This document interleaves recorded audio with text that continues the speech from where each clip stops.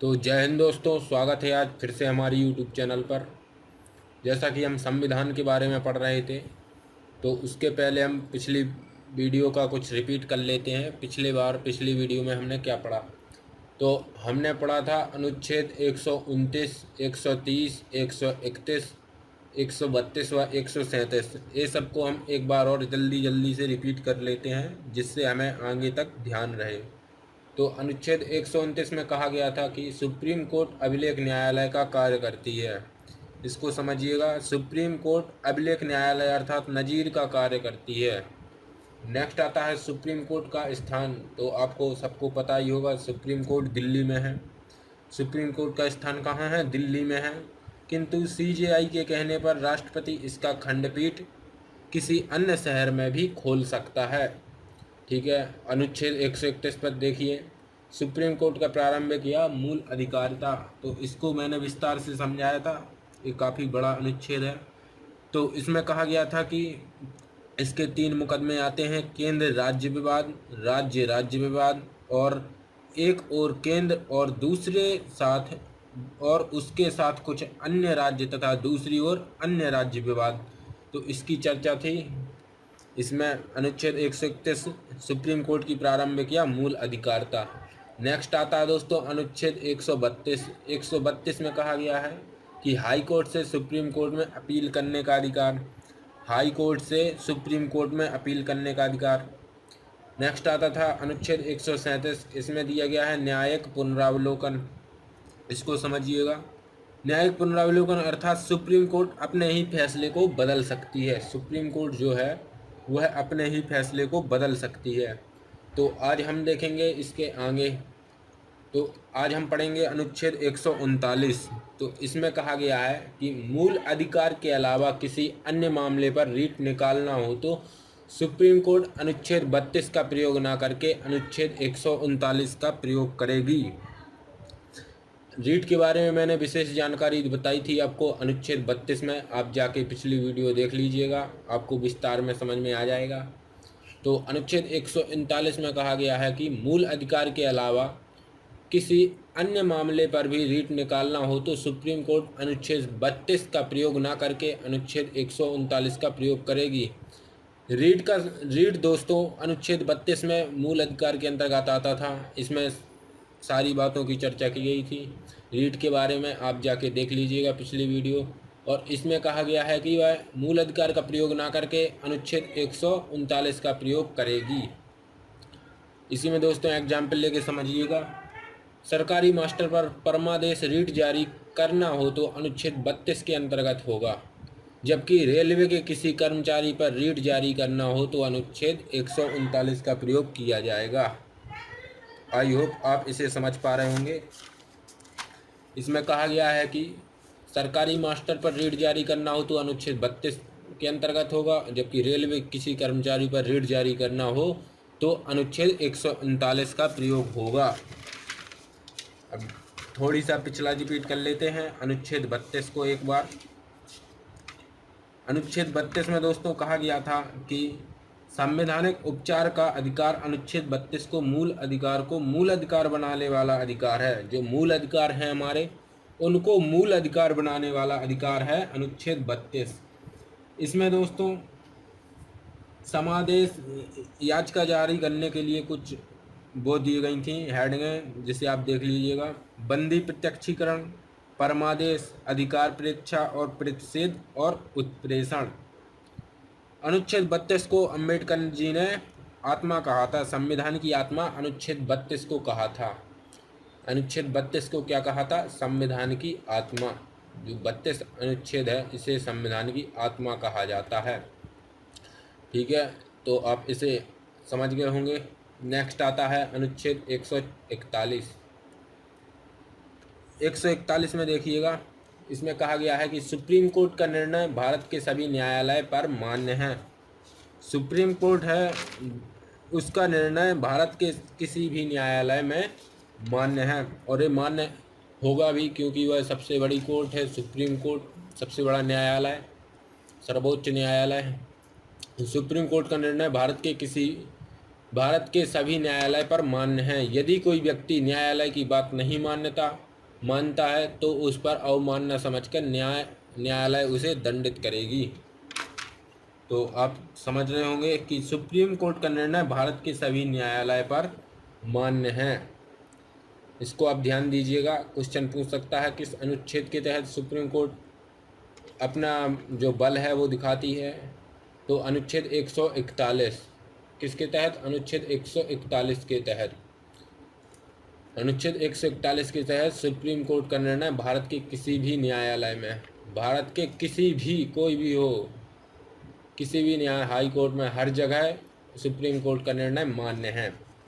यदि कोई व्यक्ति न्यायालय की बात नहीं मानता तो उसे अवमानना समझकर न्यायालय उसे दंडित करेगी। न्यायालय उसे क्या करेगी? दंडित करेगी। ठीक है, नेक्स्ट समझते हैं दोस्तों। अगला आता है अनुच्छेद 142। इसको आप ध्यान से समझिएगा, इसमें क्या कहा गया है। अनुच्छेद 42 में कहा गया है कि राष्ट्रपति किसी मुकदमे पर सुप्रीम कोर्ट से सलाह मांग सकते हैं। राष्ट्रपति किसी मुकदमे पर सुप्रीम कोर्ट से सलाह मांग सकते हैं। ध्यान से देखिएगा, राष्ट्रपति हैं जो, वो किसी भी मुकदमे पर सुप्रीम कोर्ट से सलाह मांग सकते हैं। ठीक है, लेकिन उस सलाह को मानने के लिए बाध्य नहीं है। ध्यान से देखिएगा, एग्जाम्पल लेके समझिएगा। 1993 में राष्ट्रपति डॉक्टर शंकर दयाल शर्मा ने बाबरी मस्जिद राम जन्मभूमि पर सलाह मांगा, किंतु न्यायालय ने कोई सलाह नहीं दिया, अर्थात सलाह देने से मना कर दिया, तो वह दबाव नहीं डाल सकते हैं। ठीक है, सीधा सीधा मतलब यहीं पे यही निकलता है। राष्ट्रपति किसी मुकदमे पर सुप्रीम कोर्ट से सलाह मांग सकते हैं, लेकिन उस सलाह को मानने के लिए बाध्य नहीं है, मतलब वो दबाव नहीं डाल सकते हैं। एग्जाम्पल में आप लिख दीजिएगा, 1993 में राष्ट्रपति डॉक्टर शंकर दयाल शर्मा ने बाबरी मस्जिद तथा राम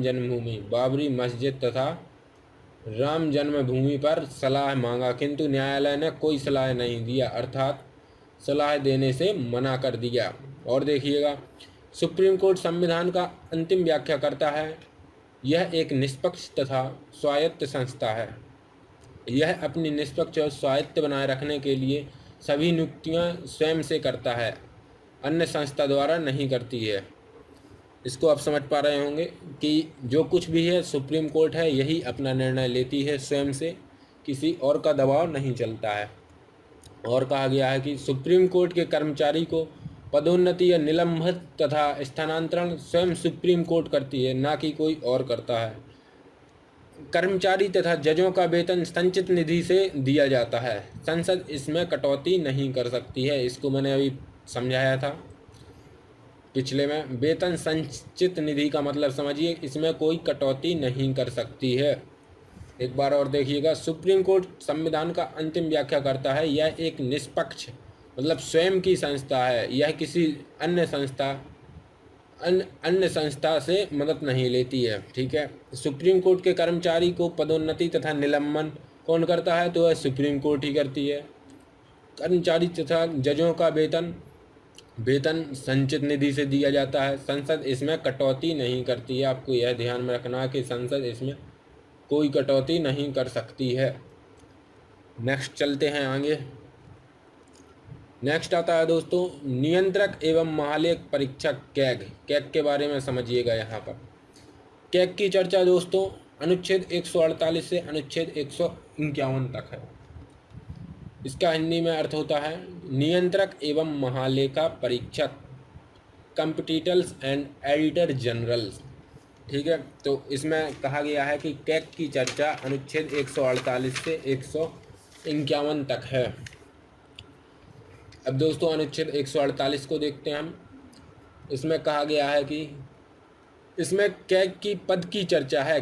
कैग की नियुक्ति पीएम की सलाह पर राष्ट्रपति करते हैं। आपको क्वेश्चन में पूछ सकता है कि कैग की नियुक्ति कौन करता है, तो आपको बताना है कि पीएम की सलाह पर राष्ट्रपति करते हैं। कैग की नियुक्ति कौन करता है? तो पीएम की सलाह पर राष्ट्रपति कैग की नियुक्ति करते हैं।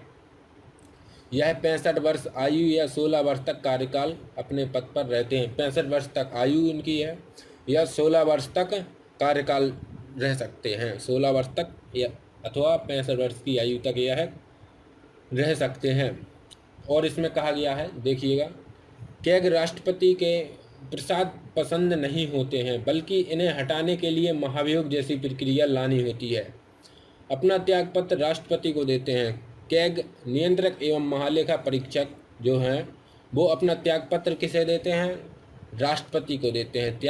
अपना त्यागपत्र राष्ट्रपति को देते हैं। त्यागपत्र राष्ट्रपति को देते हैं। और नियुक्ति कौन करता है?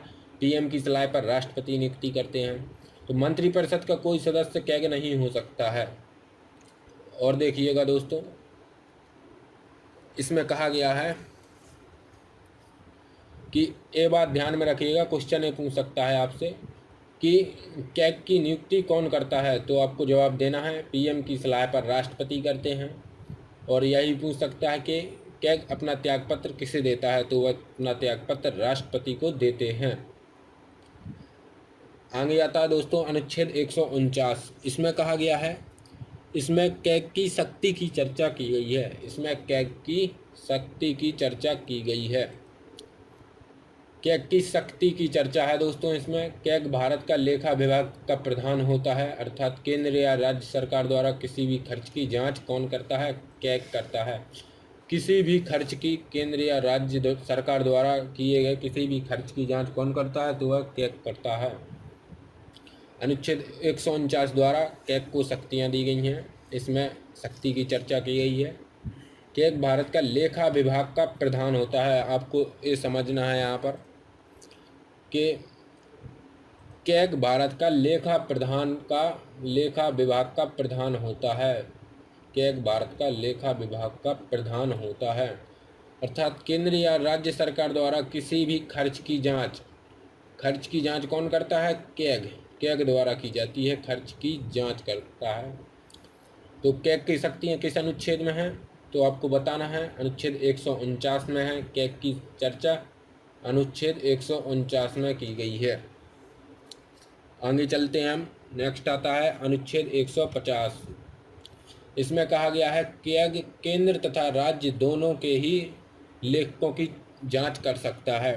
कैग जो है केंद्र तथा राज्य दोनों के लेखा विभाग का प्रधान होता है और इसकी जांच भी कर सकता है। किसी भी खर्च की जांच कौन करता है? तो कैग करता है। ध्यान में रखना है आपको, इतना ही छोटा सा अनुच्छेद है। अनुच्छेद 150 में किसकी चर्चा है?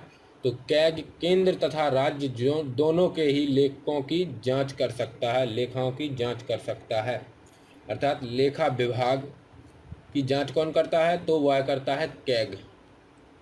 लेखा विभाग की जांच कौन करता है? कैग करता है। नेक्स्ट आता है दोस्तों अनुच्छेद 151। तो इसमें कहा गया है कि कैग केंद्र तथा राज्य के लेखकों की जांच की रिपोर्ट राष्ट्रपति को देता है।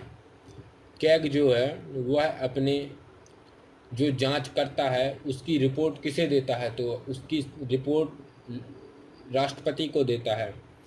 कहा गया है कि कैग भारत के लेखा विभाग का प्रधान होता है। जब वह किसी चीज़ की जांच कर रहा होता है तो उसका जो रिजल्ट निकलता है तो उसकी रिपोर्ट किसे देता है? वह राष्ट्रपति को देता है। राष्ट्रपति को उसकी रिपोर्ट देता है।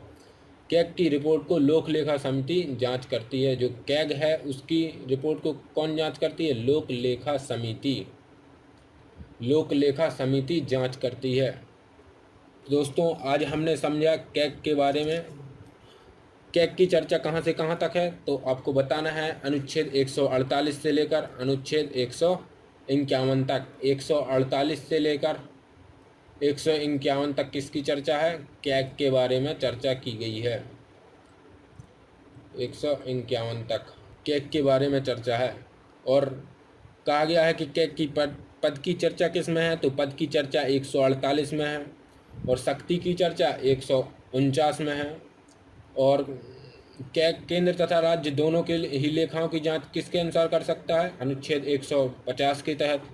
और 151 में कहा गया है कि केंद्र तथा राज्य के लेखकों की जांच रिपोर्ट किसे देता है? तो वह राष्ट्रपति को देता है। लेखाओं की जांच रिपोर्ट किसे देता है? राष्ट्रपति को देता है। तो दोस्तों आज के लिए बस इतना ही। वीडियो को लाइक कीजिएगा, चैनल को सब्सक्राइब करें। मिलते हैं नेक्स्ट वीडियो में, तब तक के लिए जय हिंद।